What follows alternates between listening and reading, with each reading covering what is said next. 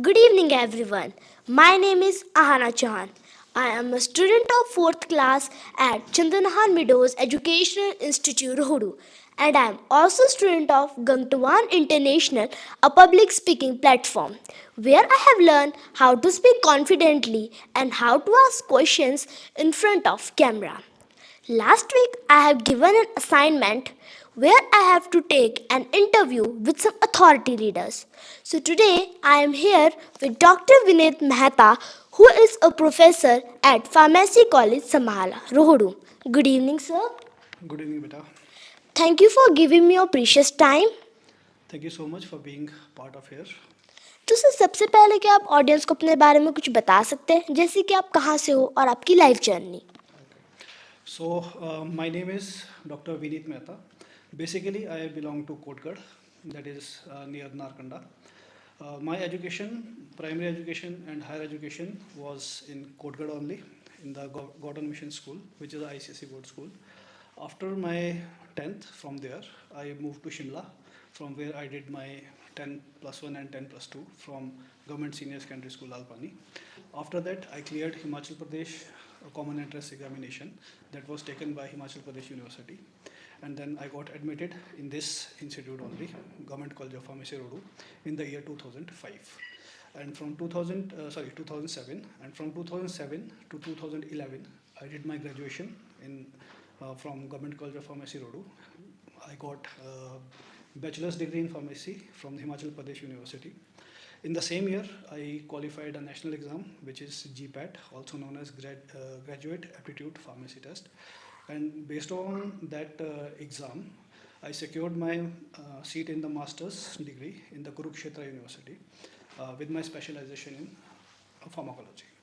In 2013, I completed my master's. After that, I directly joined JP University in Vaknaghat, Solan for my PhD. I completed my PhD in 2018, and during my PhD, I have published several research papers, which in national and international journals, and then received many grants, national grants and international grants as well. And then, after completing my PhD, I qualified this Himachal Pradesh Public Service Commission examination, that is for the post of assistant professor, and I was appointed as assistant professor in this institute. It is my privilege that I graduated from this institute, and after that, I got appointed, my first appointment as assistant professor in this institute. So that was in 2nd of November 2018, and since then I am serving here as an assistant professor. तो sir क्या आप मुझे अपने subject के बारे में कुछ बता सकते हैं, क्योंकि हो सकता है कुछ लोग इस सब्जेक्ट के बारे में ना जानते हो. ओके, सो बेसिकली जो हमारा सब्जेक्ट है दैट इज़ फार्मेसी. तो फार्मेसी अगर कॉमन लैंग्वेज में बोला जाए तो इट डील्स विद मेडिसिन्स. जितनी भी आप मार्केट में मेडिसिन्स लेते हो, वो मेडिसिन कैसे डिस्कवर की जाती है, कैसे बनाई जाती है, उनका हमारे शरीर के ऊपर क्या इफ़ेक्ट होता है और उसके क्या साइड इफ़ेक्ट हो सकते हैं और उनको कैसे मैनेज किया जा सकता है. तो ये सारी चीज़ें हम पढ़ते हैं फार्मेसी में. और जो फार्मेसी जो सब्जेक्ट है उसको बेसिकली ब्रॉडली 4 स्पेशलाइजेशन में डिवाइड किया गया है. तो one is pharmaceutics, then is medicinal chemistry, then is pharmacology and then is pharmacognosy. So pharmacognosy वो फील्ड है जिसमें हम जो हमारे आयुर्वेदिक लिटरेचर है या पेड़ पौधे, फंगस, मशरूम, ये सारी चीज़ें, इनसे हम कैसे दवाइयों को डिस्कवर कर सकते हैं, कैसे बना सकते हैं, कैसे इनको यूज़ कर सकते हैं, ये सारी चीज़ें सीखते हैं. दूसरी फील्ड है मेडिसिन केमिस्ट्री. तो हर चीज़ हमें नेचर से नहीं मिल सकती, कुछ चीज़ें हमें अपनी लेबोरेटरी में सिंथेसाइज करनी पड़ती है. तो मेडिसिन केमिस्ट्री वो फील्ड है जिसमें केमिस्ट्री की हेल्प से हम अलग अलग मॉलिक्यूल्स को डिस्कवर करते हैं और उनका इफ़ेक्ट चेक करते हैं कि क्या वो एज अ मेडिसिन काम कर सकती है या नहीं कर सकती है. फिर आता है फार्माकोलॉजी, जो मेरी स्पेशलाइजेशन है. उसमें हम चेक करते हैं कि जो भी आपने मेडिसिन केमिस्ट्री की हेल्प से कोई अगर मेडिसिन बनाई है या फिर कोई नेचुरली आपने कोई ड्रग या कोई प्लांट बेस्ड मेडिसिन बनाई है, तो वो हमारे शरीर के ऊपर कैसा इफ़ेक्ट देती है, उसका बायोलॉजिकल इफ़ेक्ट क्या होगा, उसके साइड इफ़ेक्ट क्या होंगे, वो किस तरह से काम करती है, कितनी डोज में देनी है, वो सारी चीज़ें फार्माकोलॉजी में होती है. इसके अलावा लास्ट में आता है फार्मास्यूटिक्स. हमने सब कुछ कर लिया, टेस्टिंग कर ली, बना दिया, बट उसको एक डोजेज फॉर्म हम कहते हैं उसमें बनाना पड़ता है. जैसे आप मार्केट में टेबलेट्स लेते हो, कैप्सूल्स लेते हो, कफ सिरप्स लेते हो, ऑइंटमेंट्स है, पेस्ट है, क्रीम है, तो ये सारा पार्ट है आपका फार्मास्यूटिक्स का. उस फार्मास्यूटिक्स में हम उन मेडिसिन को अलग अलग फॉर्मुलेशन में तैयार करते हैं। तो ये सारा ओवरऑल ओवरव्यू है फार्मेसी फील्ड का। तो सर क्या आपको बचपन से ही टीचिंग फील्ड में जाना था या आपको कुछ और बनना था? बचपन से मेरा शौक था आर्मी में जाने का। I wanted to be an army officer. My father was also serving in defence forces. तो मेरा एक एम था कि मुझे आर्मी में जाना है। बट ये बात अब 10th मैंने करी 2004 में। तो उस वक्त के जो सिनेरियो थे उतनी ज़्यादा गाइडेंस हमको नहीं थी कि कैसे करना है, किस तरह से किया जाए।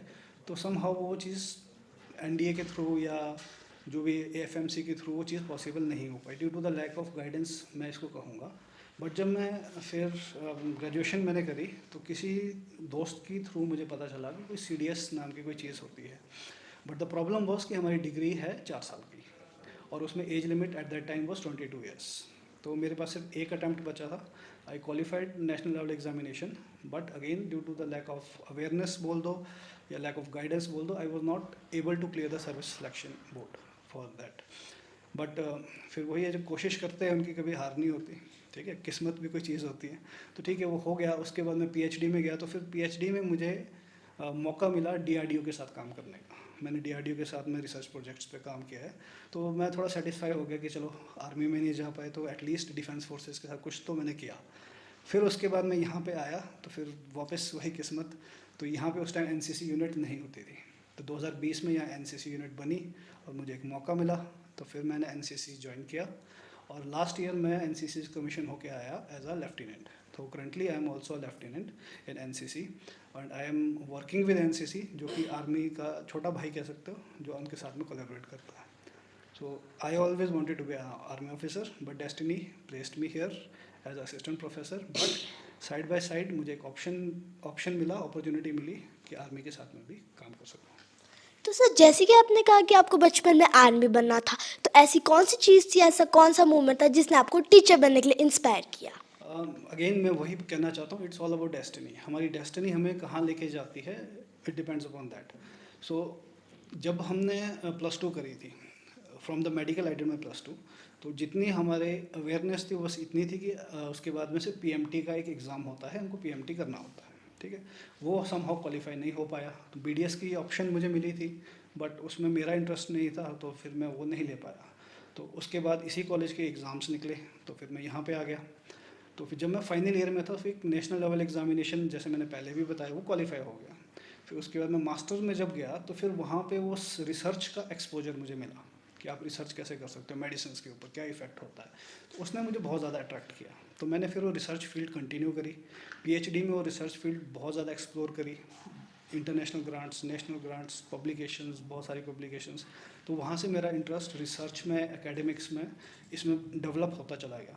फिर जब 2018 में एक अपॉर्चुनिटी मिली through Himachal Pradesh public service commission की असिस्टेंट प्रोफेसर की पोस्ट आई है, जिसमें आप अपना एकेडमिक्स को भी परस्यू कर सकते हो और अपने रिसर्च करियर को भी परस्यू कर सकते हो। तो that was a golden opportunity for me.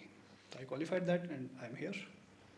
तो सर मैंने एक चीज़ नोटिस किया है कि कॉलेज स्टूडेंट्स मैक्सिमम 1 और 2 नोटबुक्स लेके जाते हैं और हम बेचारे स्कूल स्टूडेंट्स भारी बैग लेके जाते हैं। तो क्या कॉलेज में कम पढ़ाई होती है या ऐसा क्या होता है जिससे कॉलेज स्टूडेंट्स मैक्सिमम 1 और 2 नोटबुक्स लेके जाते देखिए, बेसिक डिफरेंस है। जब तक आप स्कूल में हो तो आपको नोट्स दिए जाते हैं, आपके टीचर्स आपको पढ़ाते होंगे, आपको नोट्स करवाते हैं। ठीक है, यानी कि that is the basic understanding जो आपको हर चीज़ की दी गई है। आपने मैथमेटिक्स पढ़ा होगा, आपने बायोलॉजी, फिजिक्स, केमिस्ट्री या साइंस पढ़ी होगी, तो उसका बेसिक आपका स्कूल में वो सारा कुछ टीचर्स करवा चुके होते हैं। जब आप कॉलेज में आते हो तो उस कॉलेज वो टाइम है जब आप उस बेसिक नॉलेज को अप्लाई करते हो। तो कॉलेज में आपको नोट्स नहीं मिलते हैं, कॉलेज में होते हैं लेक्चर्स। जो स्कूल में बोलते हैं ना आपकी आज मैथ्स की क्लास है, आज साइंस की क्लास है, बट कॉलेज में ऐसा नहीं बोला जाता। कॉलेज में बोलते हैं आज इस सब्जेक्ट का लेक्चर है, आज दूसरे सब्जेक्ट का लेक्चर है। तो लेक्चर और क्लास में एक बहुत बड़ा डिफरेंस होता है। क्लास में आपको बेसिक सिखाया जाता है और आपको एक नोट्स दिए जाते हैं जो आप पढ़ते हो for the basic understanding. But जब आप लेक्चर देते हो तो लेक्चर का मतलब होता है उस पर्टिकुलर टॉपिक के बारे में आपको एक ओवरव्यू देना कि ये टॉपिक क्या है, और उसके पढ़ना आपको वो खुद पढ़ता है सारा टॉपिक। तो इसलिए एक नोटबुक में वो काम चलता है, क्योंकि आपको पूरा डिटेल में जो भी आपको पढ़ाया जा रहा है वो तो लिखना नहीं है, कोई नोट्स तो आपको कॉपी करने नहीं है। तो आप सिर्फ आउटलाइन एक लेके जाओगे, फिर वो घर पे जा कर के आप आराम से पढ़ सकते हो। तो सर, जैसे कि आप जानते हो कि रोड में नशे का जाल बहुत तेज़ी से बढ़ रहा है और स्कूल में पढ़ने वाले बच्चे भी नशा कर रहे हैं, तो आप उन्हें क्या एडवाइस देना चाहेंगे जिससे वह बच्चे नशे से दूर रह सके? देखो, नशा एक बहुत बड़ी समस्या है हमारे देश की, ना सिर्फ हिमाचल की या ना सिर्फ रोडू की, बट हमारे पूरे देश की। कभी भी किसी भी देश को अगर नुकसान पहुंचाना है तो उसका आसान रास्ता युद्ध नहीं होता। जो इंडिया पाकिस्तान की लड़ाई होगी, ये कोई युद्ध एक सॉल्यूशन नहीं है किसी देश को नुकसान पहुंचाने के लिए। अगर आप ऐसा करते हो तो ऐसा करके आप क्या कर लोगे? 100 लोग गए, 200 गए, 300 गए, 400 गए, इतना ही होगा। बट अगर आपको किसी देश को सच में डुबाना है तो आपके अगर उनके यूथ को आप नशे में डाल दोगे ना, तो जब यूथ ही नशे में होगा तो ना तो वो यूथ डिफेंस फोर्सेस में काम कर पाएगा, ना देश की तरक्की के लिए काम कर पाएगा, ना एकेडमिक्स में काम कर पाएगा, किसी भी चीज़ में वो यूथ किसी काम का नहीं रह जाएगा। तो एडवाइस नशे से बचने के लिए सबसे बड़ी एडवाइस मेरी है, पेरेंट्स के लिए भी और बच्चों के लिए भी। पेरेंट्स के लिए एडवाइस ये है कि अपने बच्चों पे थोड़ा सा मॉनिटरिंग रखें। फाइनेंशियली कुछ लोग बहुत ज़्यादा अच्छे हो सकते हैं, तो बट बच्चे को जो एक्सपेंसेस देते हैं वो मॉनिटर करना बहुत ज़रूरी है। लिमिटेड अमाउंट में एक्सपेंसेस देने, उनको पूरा ट्रैक रखना बहुत ज़रूरी है। बच्चों के लिए मेरी एडवाइस ये है कि आपको अपनी हॉबीज़ डेवलप करनी पड़ेगी। कोई ना कोई एक ऐसी हॉबी आप डेवलप करो जो आपको खुशी दे, जो आपको अच्छा लगे। भले ही आपके दोस्त आपके साथ में है नहीं है, आपके पास में बात करने के लिए कोई नहीं है, बट वो जब आप उन हॉबीज़ में घुसोगे तो वो आपको अच्छा फील करवाता है और आपके पास इतना टाइम नहीं होगा कि आप इन सब चीज़ों के बारे में सोच भी सको। सेकेंडली, आपकी कंपनी बहुत मैटर करती है।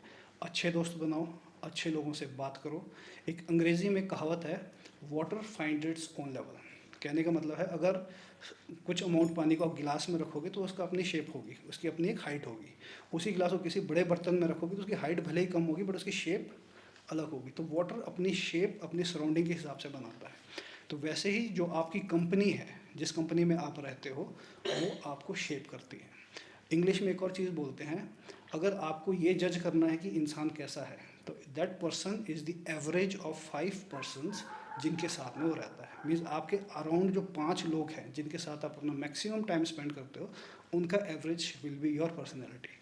अगर वो सारे नशे वाले लोग हैं तो डेफिनेटली आप जितना मर्जी कोशिश कर लो, रेयर केसेस में हो सकता कि ना हो, बट आप जितना मर्जी कोशिश कर लो, वन डे और the other day you are going to go in to that trap.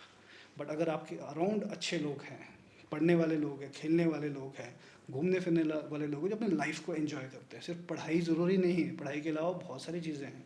अगर आपके अराउंड उस तरह के लोग हैं तो आपकी पर्सनैलिटी भी धीरे धीरे उसी हिसाब से ढलना स्टार्ट हो जाएगी। तो एडवाइस यही है, अपनी कंपनी अच्छी रखो और अच्छी हॉबीज़ डेवलप करो। तो सर, अगर किसी को आपकी तरह कॉलेज स्टूडेंट्स को पढ़ाना हो तो उन्हें कैसे स्टडीज़ करने होते हैं और कौन से एग्ज़ाम्स क्लियर करने होते हैं? अगर आप छोटा सा रोड मैप दे दें तो उन स्टूडेंट्स को आइडिया मिल जाएगा कि कॉलेज स्टूडेंट्स को कैसे पढ़ा सकते हैं, मतलब कॉलेज में प्रोफेसर कैसे बन सकते हैं। कॉलेज में प्रोफेसर कैसे बन सकते हैं? तो कॉलेज में प्रोफेसर बनने के लिए सबसे ज़रूरी चीज़ है आपकी पढ़ाई। आपके पास कोई मर्जी सब्जेक्ट हो, ज़रूरी नहीं साइंस चाहिए या कॉमर्स चाहिए या आर्ट्स चाहिए, कोई मर्जी सब्जेक्ट हो, हर सब्जेक्ट में आप प्रोफेसर बन सकते हो।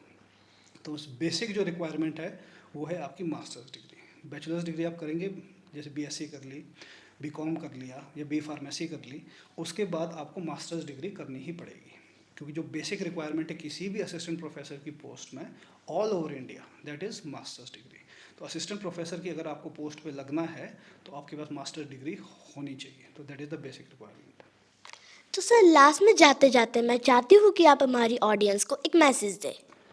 मैसेज मैं आई थिंक ऑलरेडी दे चुका हूँ कि नशे से दूर रहो, that is very harmful for our society. Develop good habits, develop good hobbies, और जितना हो सके अपनी कंपनी को अच्छा रखो। That's all from my side. Thank you so much, sir, for giving me your precious time. It was nice to have you here with us. Thank you so much for coming to our institute, that is Government College of Pharmacy, Rodu, and I congratulate the academy. It is doing really well.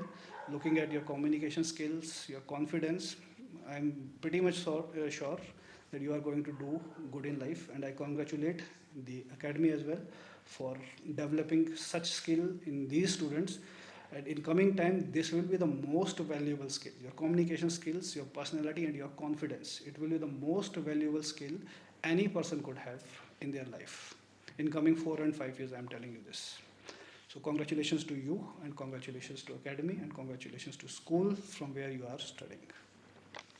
तो जैसे कि sir ने बहुत सारी valuable बातें बताई, तो मैं चाहती हूँ कि आप इन बातों का ध्यान रखें और मुझे उम्मीद है कि आपको मेरा इंटरव्यू अच्छा लगा होगा। मैं चाहती हूँ कि आप अपना फीडबैक मुझे कमेंट में दे दें। Thank you for watching.